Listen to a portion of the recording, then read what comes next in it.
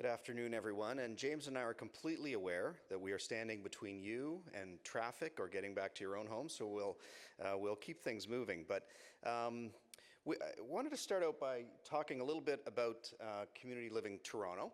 We're a large organization, obviously based in the city of Toronto. And what we're going to cover today is a little bit of information about us, some housing projects that we have done. James is going to talk about kind of a big, exciting project that we're involved with in Scarborough, and also touch on the National Housing Strategy, which for those of you that don't know much about it, is a really exciting investment that the federal government is making in housing across the country.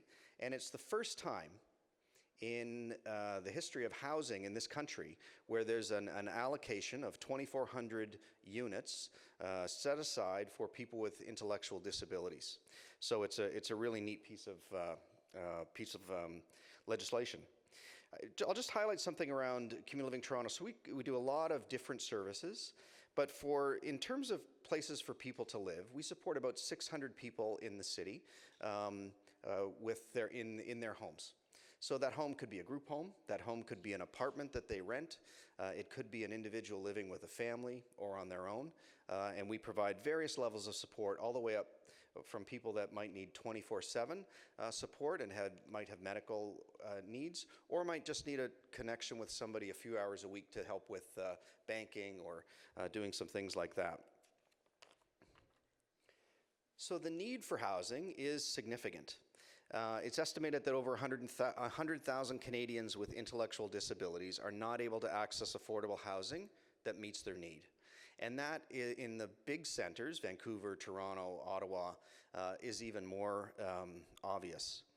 In Ontario, there are currently 13,000 people on waiting lists for housing. And it's not just, particularly in the case of people with intellectual disabilities or on the autism spectrum, it's not just about the housing, it's about the supports that are needed for somebody to live in a home on their own. In Toronto, in our jurisdiction, there's about 4,000 people waiting, so the numbers are huge. And to give you an idea, the turnover rate in the funded system of developmental services in Toronto is about 1% a year, or less than 1%. So very few people are receiving housing every year. So the evolution of housing in this sector, and I should say, with the people that we support, but about 20–25% of the people we support are on the autism spectrum. So when I'm speaking about people with developmental disabilities, I'm also including people that on the autism spectrum that would need support to live independently. And I think we're all aware that over time, what has been seen as a good life in the community has evolved. So back, a century ago, institutions were seen as a good idea by some. We've moved away from that. In Ontario, we closed our last institution in 2009. And there was an emphasis on people living in homes, in communities, group homes, smaller places, but they're still separate from community. That trend continues. So Brendan was up here earlier talking about microboards, which is a great example of people living independently with supports, and there's a whole bunch of options that are being developed and created by people all the time, and we think that's a good thing, and doing everything we can to move from less segregated, congregated support to more people living in their own homes with a roommate in community as we can. There's some challenges with this. And one of the issues is this sort of second last point here is cost of owning. If you're on an ODSP income that gives you $1,000 a month, and average rent in Toronto is $2,100, you're not living on your own. You're not even going to be able, even with a roommate, to be able to afford something. So unless there's an affordability context built in, it's unachievable for most people. The other thing that is an issue is government regulation. So we receive money from government for good reason along funding lines and detail codes. So we're not, as much as we may want to do some things that are innovative, we're stuck within fairly strict guidelines that the ministry has set in place. So to change those is some effort, and we're embarking on and continue to sort of push the boundaries of what that can be, but we are, as an agency funded by the province, accountable for the money that we spend to taxpayers. We are limited by what we can do. It's not like we have an allocation that we can just spend however we want. There's expectations there. So one of the exciting things that we've done in the last little while is move, with this theme around moving people from group care into homes of their own. And what we're calling it is the clustered support model. And we've got a few examples of this. So Dan Leckie Way is a Toronto community housing building that opened in 2012. It's right, I don't know how well you know downtown, but the Sky Dome is on Bremner. The other side of Bremner is Fort York. And this is just along Fort York on Dan Leckie Way. There's a Tim Hortons there, and it's a beautiful building right in the heart of the city, across the street from a park, just a good view of Porter Airlines and the harbor. It's a beautiful spot. We're able to negotiate with the City of Toronto to receive 21 housing units in a combination of 1, 2, 3, and 4 bedroom units. So our model has been that, and everybody that came there came from group living, and depending on their needs, and who they were interested in living with, that type of thing, were able to find a home of their own. So one guy in particular had lived with us for a number of reasons since he was in his late teens, had always lived in a group home with other roommates, and there was wondering whether he would be able to do this. Well, he has an apartment of his own. His hobby is trains. His apartment looks right out onto the GO train lot. It's a really great place for him to spend his time. He goes downstairs for coffee and has a good network of people that, what I'd call it, a sort of a natural network of people that he's gotten to know on his own. And for the things that he's not confident on or needs some support, we have staff in other parts of the building, or sort of going throughout, that will check to make sure if he needs help cooking, or if he's, has a question about his banking, or needs help arranging a visit to family, whatever that might be.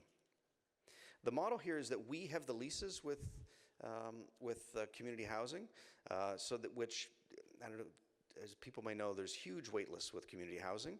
So the reason we hold those leases is that it allows us, when people want to move to something else, we don't lose that space.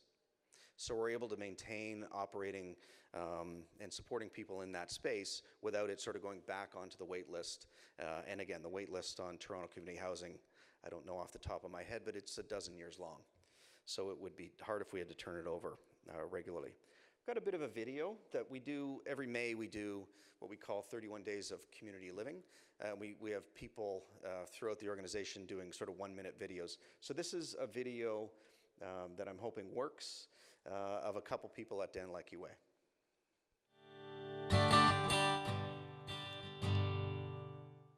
My name is Ryan Barrico. I'm a support worker 2 here at Dan Leckie Way Residence. I've been with the agency for about 5 years, and I've been at Dan Leckie for what, a year now? Yeah, a year now. I am a support worker 2, which means I do case management. I also have my hands in a lot of other pots here. I do a lot of direct support, as well as the maintaining of the household. I have to jump in whenever necessary with laundry, sanitation, hygiene, showers, you name it. If there is a gap in what needs to be done, I jump in and do it. Who am I? In my home, my house. Okay. What do you like about living here? It's nice. Do you have a lot of friends here? Yes, I got a lot of friends. Yeah. And what do you... So that gives you an idea of some of the support that's provided, some of the relationships that are formed. Another program that we have in the west, I guess is the east end of the city, but it's called West Donlands. Another TCH building that, in which we have 13 one-bedroom units that is focused for seniors. People with a developmental disability often age younger than others in the population, so our threshold age is around 50 for people to get into the building. And there were initially a lot of challenges within that building. So you've got seniors, and we were introducing about 13 people to that mix, and there was a real lot of pushback, especially seniors sort of saying, people don't belong in this community, aren't there places for people to go? And our thing was, the place is here, it's our community, we all belong. Because of the initiative of a couple of neighbors that I would say were pretty enlightened and quite supportive, we were, I would say, instrumental in really making that a particular building a real community. So we started hosting potlucks in the common room. People would come down. We'd bring bring your potato salad or whatever it is, and play bingos. And at one point, one of the individuals that was involved in support with us passed away. And one of the neighbors who had initially been resistant to us even being there organized a sort of memorial service for the individual in the building. So it really sort of reinforced that belief, that message, our belief that community is the way to go, and having people with more natural supports, the better. So one project that we're about to move into, and this is not a TCH building, this is a project we did with a private developer who does affordable housing with the City of Toronto, is on Madison Avenue. And it's just, Madison Avenue is just down the street from Casa Loma.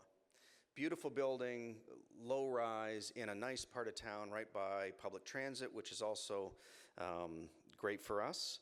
When it's finished, we'll support 15 to 20 individuals in various sized units throughout the building. It's a partnership there with, there's other organizations that are involved in supporting people in the building as well. Some individuals may have mental health issue. For others, it's just affordable housing, people coming off in need of affordable rent. The one thing we've learned about, and James is going to talk a little bit more about some of our lessons learned, but building takes time.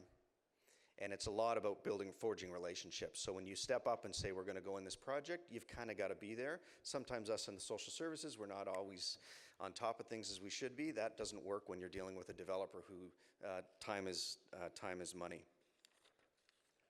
So that's a couple things that we're doing. We're very committed to doing more of this. Of these almost 600 people that we support, we're doing an initiative right now within the organization to start closing, shrinking, repurposing group homes that we have, and moving towards more community-based individual options.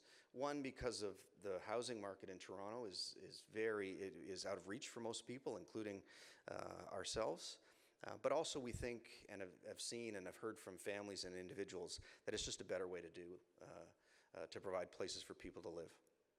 So with that, I'll turn this over to James.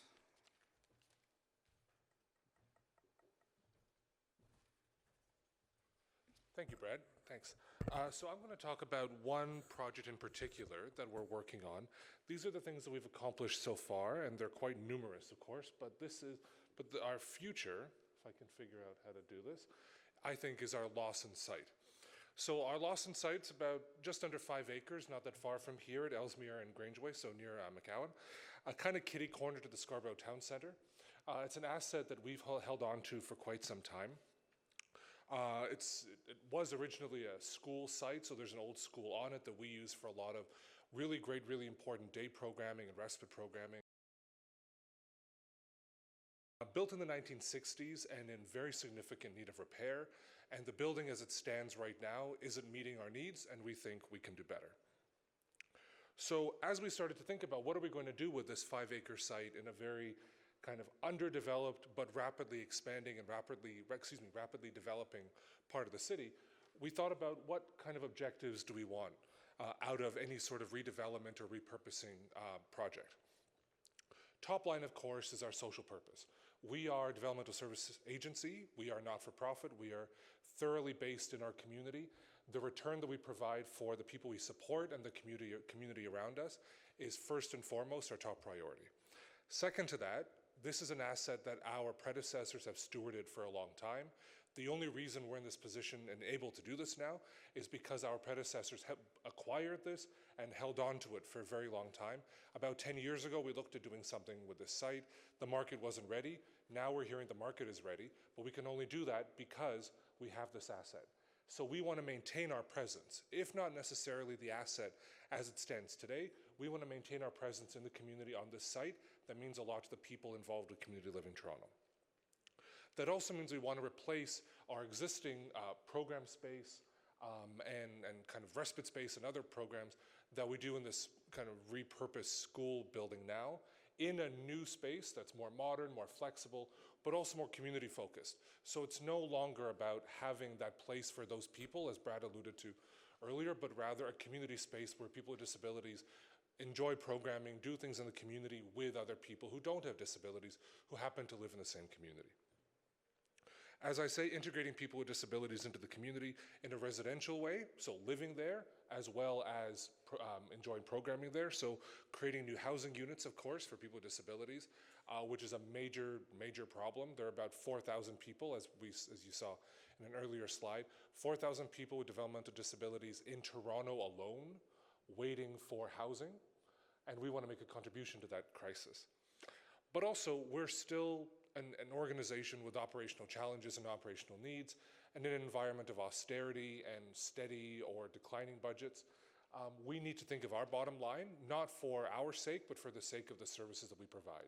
So out of any project around this, we also need to recoup some revenue, both on an ongoing basis and a one-time, potentially through a transaction. So this is the dream. This is an early artist rendering of what we're hoping to accomplish on our Lawson site. Again, 5 acres. This doesn't really do it justice, but it's a great picture of what can happen if you put resources and thought and expertise behind it. This is more detailed. So what we're thinking right now, this is a very draft, very conceptual site plan, is that on this just under 5 acre site, we can build in the neighborhood of 1,000 new units of affordable housing. Combination of rental housing and affordable condos, also program space for, as I said, Community Living Toronto to continue operating on the site, but also dedicated housing specifically for people with developmental disabilities to help address that 4,000 person wait list of people waiting for services.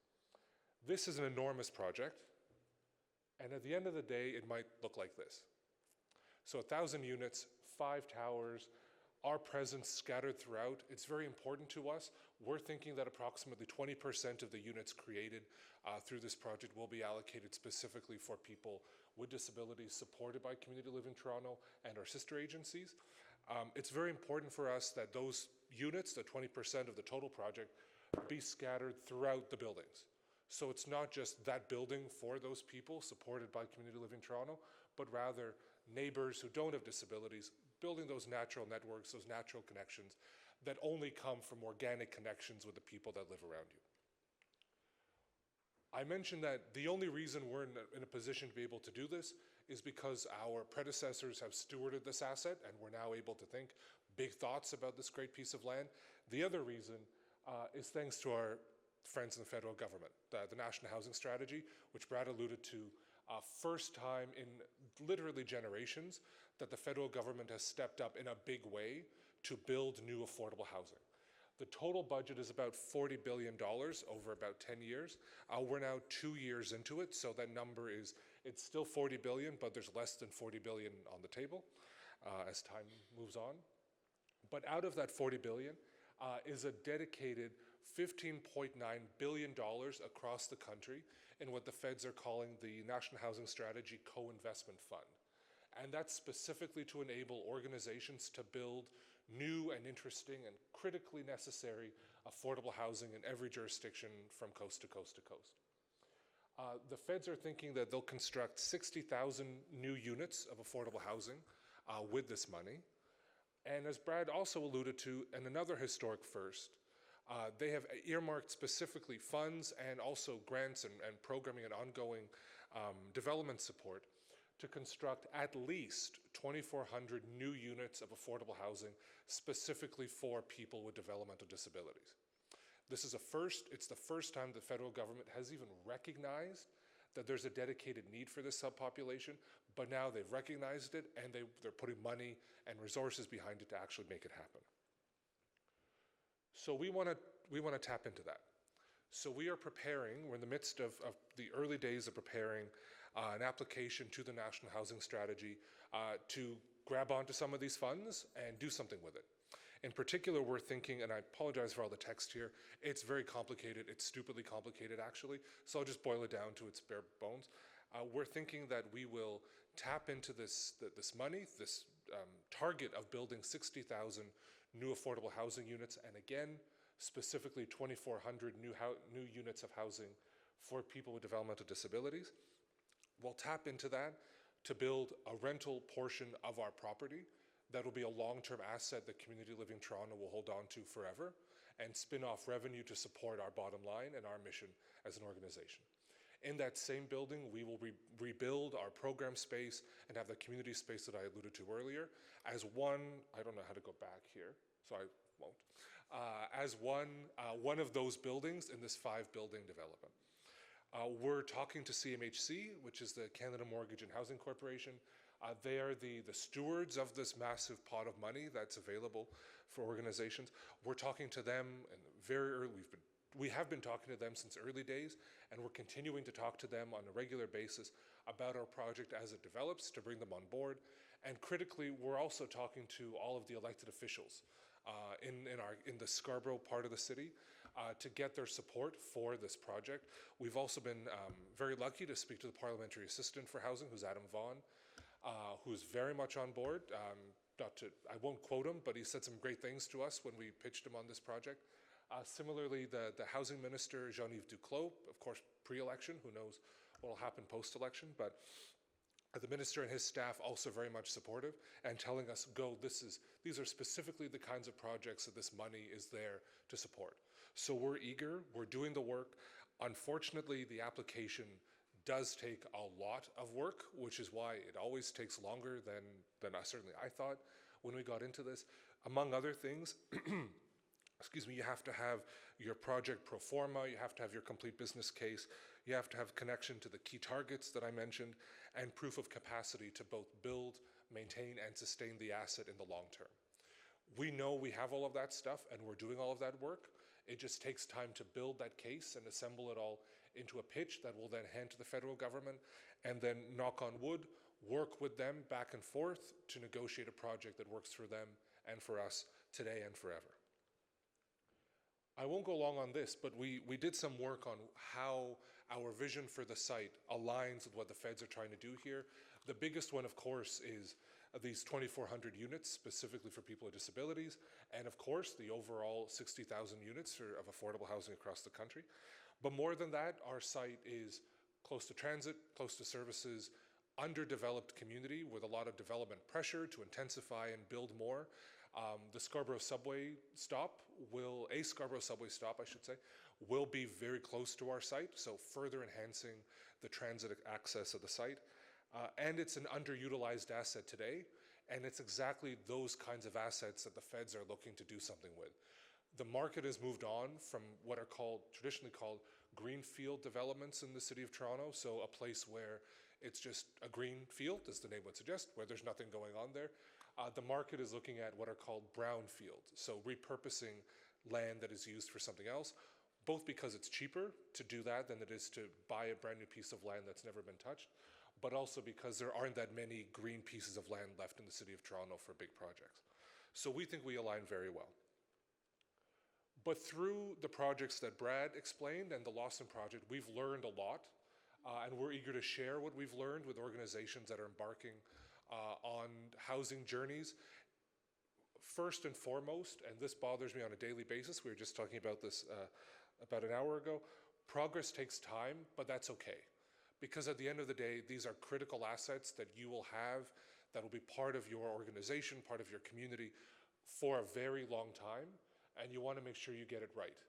That will always take longer than you expect, but as it takes longer, you think through new ideas, new opportunities present themselves, new options show up, and you start bringing and marshalling new resources that you didn't know existed. Also, expertise matters. This is a very complicated field. Housing is a very, very complicated field, both on the construction side, but also on the maintenance side and on the service side. In the room, I'm going to suspect we know a lot more about the service side than the construction or the maintenance side, But when you're building something for the future that's going to be part of your service mix, you have to think about all three, and you can only do that if you have the right expertise around the table to guide you through that. We've been incredibly lucky. We have some people connected to our organization who have literally decades of unrivaled experience in building large construction projects, and we're tapping into that on a regular basis to make this work. But as I said, also, you have to cultivate various options that only present themselves as time goes on, and you have to bring your community along for the ride. So in getting to where we are, excuse me, still getting over a cold here. In getting as far as we have with our Lawson project, we conducted focus groups with our community. So people in service with us, but also their families, the broader community around, our staff, our board of directors, our membership group, membership base, basically anybody with a connection to Community Living Toronto. We wanted to get a sense of what our group, our community wants out of this one-time, once-in-a-lifetime opportunity to do something serious with this site. Thankfully, we got ringing endorsement for our plans. In fact, we had people saying, why not build a hell of a lot more new housing for people with developmental disabilities? And I think we could all have a pretty interesting debate about 20% versus 30% versus 50%. We won't go there, definitely not before, while everybody's looking at their watch to get out of here. But that just kind of pointed to the fact that there's a need for this kind of housing in our community, and we want to help solve that. CMHC is there to help, but they also ask that you survey your assets before you even walk in the door. So you have to know, again, the expertise, the money you can bring to the table, the land you can bring to the table if you have it, and also the communities that you can bring forward to support a new project. All that is critical in trying to extract government resources to build a project. The last one I'll spend some time on is this idea of engaging governments and building local champions. In any sort of environment where you're looking for new government funding or government funding that exists but hasn't been allocated to you yet, nobody is more powerful in making that case than a politician who's there arguing with their colleagues around the cabinet table, around the caucus table, for why their project is very important. So in getting as far as we have, we've hustled with every Scarborough politician we can find to get their support, to get their endorsement, and to cultivate a couple of them specifically as champions. So we know, for example, I won't name names, but we know that around the federal caucus table, we have champions who are in there saying, you want to know what the priorities are for infrastructure in my part of the city? Lawson is number one, or number two, hopefully number one, but certainly in the top three. And that only comes with time and dedication, building those relationships, and meeting the politicians where they are and giving them a local win that they can be proud of. And that's it. This is the contact information for Brad and I, and if anybody has any questions, we're happy to take them.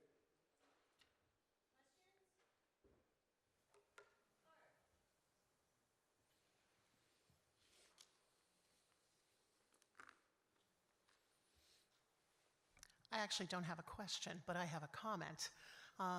For many of you in this room who may be hearing a residential housing presentation for the very first time, I have to tell you that the work that Community Living is doing here and what they're presenting is unprecedented. And that you're getting to hear about it at this stage is remarkable. And that this is something that we have to be looking at towards the future. And that what James said, that these things take a long time. There have been years of advocacy efforts that really have only moved the bar forward a little. This is huge. So I just want to thank you folks at Community Living Toronto and Community Living for thinking about this, for understanding the complexities, and for seeing about how we can make true community and also solve a really significant challenge we have as a society for safe and affordable places to live for people with developmental disabilities and autism.